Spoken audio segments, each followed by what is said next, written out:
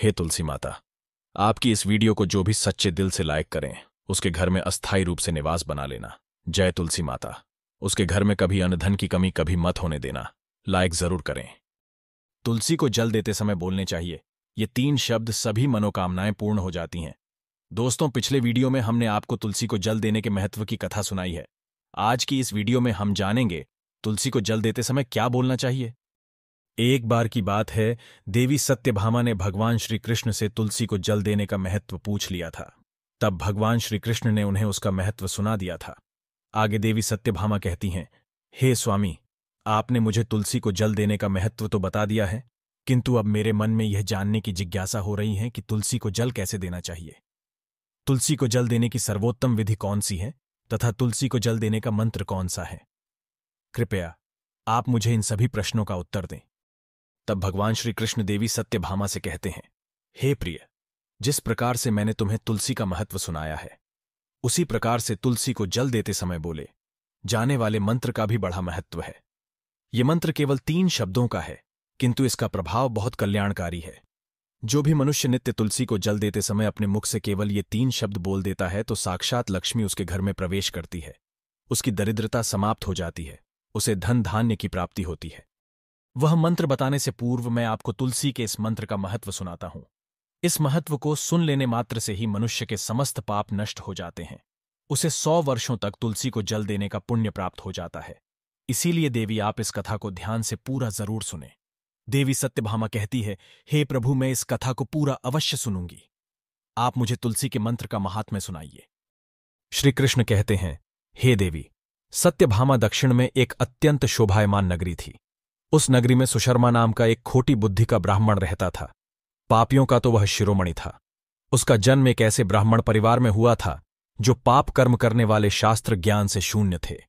वह जन्म से तो ब्राह्मण था, किंतु कर्म से वह अत्यंत दुराचारी था। वह न पूजा पाठ करता, न ध्यान करता, न जप, न होम और न ही अतिथियों का सत्कार करता था।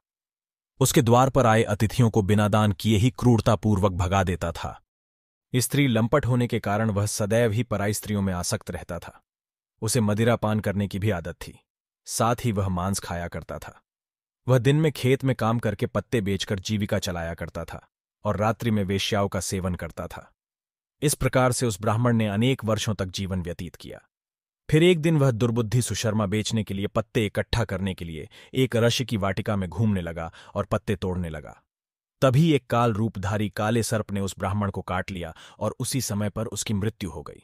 उसके बाद 2 यम के दूत उसे लेने के लिए उस स्थान पर प्रकट हुए और उसे उठाकर यमलोक ले जाने लगे। मार्ग में वह यमदूतों के सामने बहुत विलाप करने लगा, हे दूतों, मुझे कहां ले जा रहे हो? मुझे छोड़ दो, मेरे प्राण बख्श दो। किंतु यमदूत उसे यह कहते हुए ले जाने लगे, अरे दुष्ट ब्राह्मण, तेरे पाप कर्मों के कारण तुझे सांप ने काट लिया है। अब यमराज तुझे अवश्य घोर नरक में डाल देंगे। फिर यम के दूत उस ब्राह्मण को लेकर यमलोक पहुंचते हैं और यमराज के सामने खड़े हो जाते हैं। चित्रगुप्त उस ब्राह्मण का लेखा जोखा निकालते हैं और यमराज से कहते हैं, हे धर्मराज, इस ब्राह्मण ने बचपन से लेकर मृत्यु तक पाप ही पाप किया है। इसने कभी कोई पुण्य का काम नहीं किया है।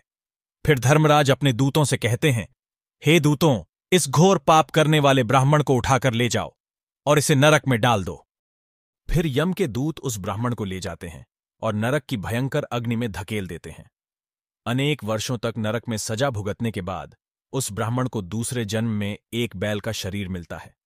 बैल का जन्म पाकर वह बोझ उठाने का काम करने लगा। उसका मालिक उससे दिन रात काम करवाने लगा। फिर जब उस बैल की शक्ति कम हुई तो उसके मालिक ने उसे एक लंगड़े आदमी को बेच दिया। उस लंगड़े आदमी ने उस बैल को खुद का बोझ उठाने के लिए उपयोग किया। वह उसकी पीठ पर बैठकर घूमा करता था। इस प्रकार से उस बैल ने 8 वर्ष तक उस लंगड़े आदमी का बोझ उठाया।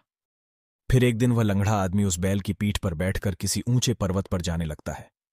उस पर्वत पर बहुत देर तक चढ़ने के कारण वह बैल बहुत थक गया। उसकी शक्ति क्षीण हो गई और कुछ समय बाद वह बैल बहुत जोर से मूर्छित होकर जमीन पर गिर पड़ा और अंतिम सांसें लेने लगा।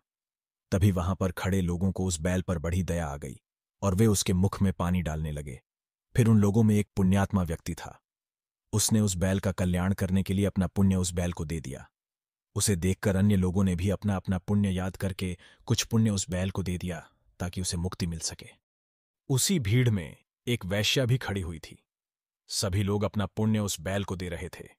यह देखकर उस वैश्या ने भी अपना पुण्य उस बैल को दे दिया। कुछ देर बाद उस बैल की मृत्यु हो जाती है। फिर उस स्थान पर यमदूत आते हैं और उस बैल के शरीर से उस ब्राह्मण की आत्मा को निकालकर यमलोक ले जाते हैं। यमलोक ले जाने पर उसे यमराज के सामने खड़ा किया जाता है और फिर चित्रगुप्त उसका लेखा जोखा देखते हैं तो वे आश्चर्य में पड़ जाते हैं। उस वैश्या के द्वारा उस बैल को दिया हुआ पुण्य बहुत बड़ा होता है। उस पुण्य के प्रभाव से उसके सभी जन्मों के पाप नष्ट हो जाते हैं। फिर यमराज उस ब्राह्मण के सभी पाप क्षमा करते हैं और कहते हैं, हे ब्राह्मण, उस वैश्या ने तुझे अपना पुण्य देकर तुझ पर बड़ा उपकार किया है। केवल उसी के पुण्य के कारण तुम्हारे सब जन्मों के पाप नष्ट हो गए हैं और यमराज उसे फिर से मनुष्य जन्म प्रदान करते हैं। इस बार वह पृथ्वी पर आकर एक उत्तम ब्राह्मण कुल में जन्म लेता है। उस महापुण्य के प्रभाव से उसे इस नए जन्म में अपने पूर्व जन्म की बातें याद आने लगती है। जब वह ब्राह्मण बड़ा हो जाता है तो उसे याद आता है कि पिछले जन्म में जब वह बैल था तब एक वैश्या ने उसे उसका पुण्य दे दिया था। इसीलिए उसके मन में उस वैश्या के बारे में जानने की इच्छा होती है और उस महापुण्य के बारे में जानने के लिए उस वैश्या का पता लगाकर उसे ढूंढते हुए उसके नगर में चला जाता है। वह वैश्या अब बूढ़ी हो चुकी थी। फिर जब उसे वह वैश्या मिल जाती है तो वह उसके सामने जाकर उसे बार बार प्रणाम करता है और उस वैश्या का धन्यवाद करने लगता है। वह वैश्या कहने लगती है, हे ब्राह्मण श्रेष्ठ, आप कौन हैं और किस कारणवश आप मुझ वैश्या को धन्यवाद दे रहे हैं? मैंने आपका कौन सा कार्य किया है जो आप मुझे नमस्कार कर रहे हैं? तब वह ब्राह्मण कहता है, हे माता, मैं वही बैल हूं जिसे तुमने अपना पुण्य दे डाला था।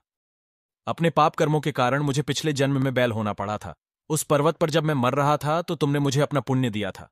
तुम्हारे पुण्य के प्रभाव से ही आज मुझे फिर से मनुष्य जन्म मिला है। तुम्हारे द्वारा दिए गए उसी पुण्य के कारण मुझे अपने पूर्व जन्म की सारी बातें याद है। किंतु हे माता, मैं आज यहां पर यह जानने के लिए आया हूं कि तुमने मुझे उस समय पर अपना कौन सा पुण्य दिया था जिस कारण से मेरे सभी जन्मों के पाप नष्ट हो चुके हैं। मैं उस पुण्य के बारे में जानना चाहता हूं। तब वैश्या ने कहा, हे ब्राह्मण श्रेष्ठ, मैंने तो अपने जीवन में कोई पुण्य के काम नहीं किए हैं, किंतु मेरे घर में एक तोता है जो पिंजरे में रहकर हमेशा कुछ बोलता रहता है, जिसे सुनकर मेरा अंतकरण पवित्र हो गया है। उसी तोते के द्वारा बोले गए मंत्र का पुण्य मैंने तुम्हें दान में दिया था। फिर वह वैश्या और वह ब्राह्मण उस तोते के पास जाते हैं और उसे पूछने लगते हैं, हे शुक, तुम कौन सा मंत्र बोलते रहते हो जिससे हमारे जीवन का उद्धार हुआ है? ये मंत्र तुम्हें किसने सिखाया और इस मंत्र का क्या अर्थ होता है? तब उस तोते ने अपने पूर्व जन्म का वृतांत सुनाना आरंभ किया। वह तोता कहने लगा, हे ब्राह्मण श्रेष्ठ, पिछले जन्म में मैं एक ब्राह्मण था। मैं अपने ज्ञान के अहंकार में अंधा हो चुका था। मैंने कभी गुरुजनों का आदर नहीं किया, सदैव ही उनका अपमान किया। मुझे अपने ज्ञान पर इतना अधिक घमंड हो गया था कि जिस कारण से मेरा क्रोध बहुत अधिक बढ़ गया और मैं सभी से द्वेष करने लगा। अन्य मनुष्यों को तुच्छ समझने लगा, विद्वानों का भरी सभा में अपमान करने लगा। फिर कालांतर में मेरी मृत्यु हो गई और मुझे यमलोक ले जाया गया। पूज्य जनों और गुरुजनों का अपमान करने के कारण मुझे तोते के कुल में डाल दिया गया और मेरा जन्म एक तोते के रूप में हो गया। मेरे पाप कर्मों के कारण छोटी अवस्था में ही मेरा अपने माता पिता से वियोग हो गया। फिर मैं पेड़ की डाल पर बैठकर रो रहा था तो उसी स्थान से कुछ मुनि जा रहे थे। उन्होंने मेरी दयनीय पुकार सुनी और मुझे लेकर अपने आश्रम में चले गए। वहां उस आश्रम पर उन्होंने मुझे एक सुंदर पिंजरे में रखा और मेरा अच्छी तरह से ख्याल रखा। वे मुझे नित्य भोजन दिया करते थे और पढ़ाते थे। उस स्थान पर वे ऋषि मुनि, उनकी स्त्रियां और बालक सभी नित्य तुलसी के पौधे को जल देते थे और उसके सामने एक मंत्र का जाप करते थे। उन्हीं के मुख बार बार उस मंत्र को सुनकर मैंने उसे रट लिया और तभी से मैं उस मंत्र को जान गया हूं और वही मंत्र मैं दिन रात बोलता हूं। उस मंत्र के प्रभाव से मेरी कभी मृत्यु नहीं हुई और मेरी आयु 100 वर्ष की हो गई और मैं इतने वर्षों तक जीवित रहा। इसी बीच एक रात को एक चोर उस स्थान पर आ गया और उसने मुझे वहां से चुरा लिया और फिर इस वैश्या ने मुझे उस चोर से खरीद लिया। इस वैश्या के घर पर आने के बाद भी मैं उस मंत्र को बोलता रहता था, जिसे सुनकर इस वैश्या का मन भी पवित्र हो गया और इसने वैश्या का काम छोड़कर भगवान विष्णु की भक्ति करने लगी। उसी मंत्र के प्रभाव से मेरे पूर्व जन्मों के सभी पाप नष्ट हो गए और उसी मंत्र के प्रभाव से इस वैश्या का भी अंतकरण पवित्र हो गया। हे ब्राह्मण देवता, उसी मंत्र के पुण्य से आप भी पाप मुक्त हो गए हैं। इस प्रकार से तोते ने उस ब्राह्मण को और उस वैश्या को सारा वृतांत सुना दिया, जिसे सुनकर वह ब्राह्मण और वैश्या दोनों ही अत्यंत प्रसन्न हुए और फिर वे दोनों ही नित्य तुलसी को जल देकर उस मंत्र का जाप करने लगे। फिर वह तोता, वैश्या और वह ब्राह्मण तीनों उस मंत्र के प्रभाव से दिव्य विमानों में बैठकर विष्णु लोक को चले गए। श्री कृष्ण कहते हैं, हे देवी सत्यभामा, देखा आपने, केवल तुलसी के इस मंत्र के प्रभाव से उस तोते के, उस वैश्या के और उस ब्राह्मण के सभी पाप नष्ट हो गए हैं। इसीलिए प्रत्येक मनुष्य को रोज तुलसी को जल देते समय इस एक मंत्र का उच्चारण अवश्य करना चाहिए। हे देवी, वह मंत्र इस प्रकार है, इसे तुम ध्यान से सुनो। ओम वृंदावने स्वाहा, ओम वृंदावन्य स्वाहा। श्री कृष्ण कहते हैं कि जो भी स्त्री नित्य तुलसी के समक्ष इस मंत्र का उच्चारण करेगी वह सौभाग्यशाली बनेगी। जो भी पुरुष तुलसी के सामने इस मंत्र का उच्चारण करेगा उसे अक्षय धन की प्राप्ति होगी। जिस घर के सामने नित्य तुलसी की पूजा की जाएगी उस घर में साक्षात लक्ष्मी का वास होगा। तुलसी का यह मंत्र मंत्रराज कल्पतरु है। यह समस्त फलों को प्रदान करने वाला है। अतः जो भी तुलसी के सामने इस मंत्र का उच्चारण करेगा उसे संपूर्ण सिद्धियां प्राप्त होंगी। स्त्रियों को सदैव ही स्नान करके अपने बाल बांधकर मांग में सिंदूर भरकर नित्य तुलसी को जल देना चाहिए और इस मंत्र का उच्चारण करना चाहिए। रोज तुलसी के पौधे की परिक्रमा करनी चाहिए। इससे सभी दोष नष्ट हो जाते हैं। नित्य शाम के समय तुलसी के पास दीपक जलाना चाहिए और तुलसी के पास बैठकर भगवान विष्णु की आराधना करनी चाहिए। तुलसी के पास दीपक जलाने से मनुष्य को धन धान्य की प्राप्ति होती है। हजारों अमृत के घड़ों से नहलाने पर भी श्री हरि को उतनी तृप्ति नहीं होती जितनी वे मनुष्यों के द्वारा तुलसी का एक पत्ता चढ़ाने से प्राप्त करते हैं। 10,000 गाय के दान से मानव जो फल प्राप्त करता है वही फल तुलसी पत्र के दान से पा लेता है। जो मृत्यु के समय अपने मुख में तुलसी पत्र का जल पा जाता है वह संपूर्ण पापों से मुक्त होकर श्री कृष्ण के धाम जाता है। श्री कृष्ण कहते हैं, पूर्णिमा, अमावस्या, द्वादशी और सूर्य संक्रांति के दिन मध्याह्न काल, रात्रि और अशौच के समय तेल लगाकर बिना स्नान किए अथवा बिना हाथ पैर धोए रात्रि के वस्त्र पहनकर तुलसी के पत्र तोड़ता है वह महापापी होता है। श्राद्ध, व्रत, दान, प्रतिष्ठा तथा देव पूजा के लिए तोड़े हुए तुलसी पत्र बासी होने पर भी 3 रात्रि तक पवित्र ही रहते हैं। तुलसी का एक एक पत्ता न तोड़कर पत्तियों के साथ अग्रभाग को तोड़ना चाहिए। तुलसी की मंजरी सब फूलों से बढ़कर मानी जाती है। मंजरी तोड़ते समय उसमें पत्तियों का रहना भी आवश्यक माना गया है। पूज्य भाव से पौधे को हिलाए बिना तुलसी के अग्रभाग को तोड़ना चाहिए। इससे पूजा का फल लाख गुना बढ़ जाता है। तुलसी के पत्तों को कभी नाखून से नहीं तोड़ना चाहिए, इससे पाप लगता है। रात्रि में तुलसी के पौधे को स्पर्श ना करे अथवा उसके पत्ते ना तोड़े, ऐसा करना अशुभ माना गया है। रात्रि में तुलसी का पौधा निद्रा अवस्था में होता है, ऐसे में पत्ते तोड़ने पर पाप ही लगता है। गुरुवार के दिन तुलसी के पौधे में थोड़ा सा कच्चा दूध अर्पित करे। दूध चढ़ाते समय ओम नमो भगवते वासुदेवाय नमः इस मंत्र का जाप अवश्य करना चाहिए। तुलसी के पौधे के पास शालिग्राम रखे और उस पर तिल चढ़ाए। पूजा में तुलसी और शालिग्राम को दूध में भीगी हल्दी का तिलक अवश्य करे। शालिग्राम पर तुलसी पत्र रखकर चंदन लगाना चाहिए। अगर कोई महिला मासिक धर्म से है तो वह तुलसी की पूजा न करे।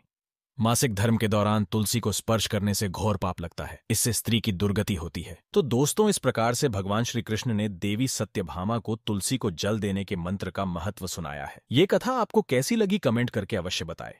अगर ये जानकारी अच्छी लगी तो वीडियो को लाइक जरूर करें। कमेंट में जय श्री कृष्ण, जय मां तुलसी जरूर लिखें। साथ ही चैनल को सब्सक्राइब करें। जय माता तुलसी।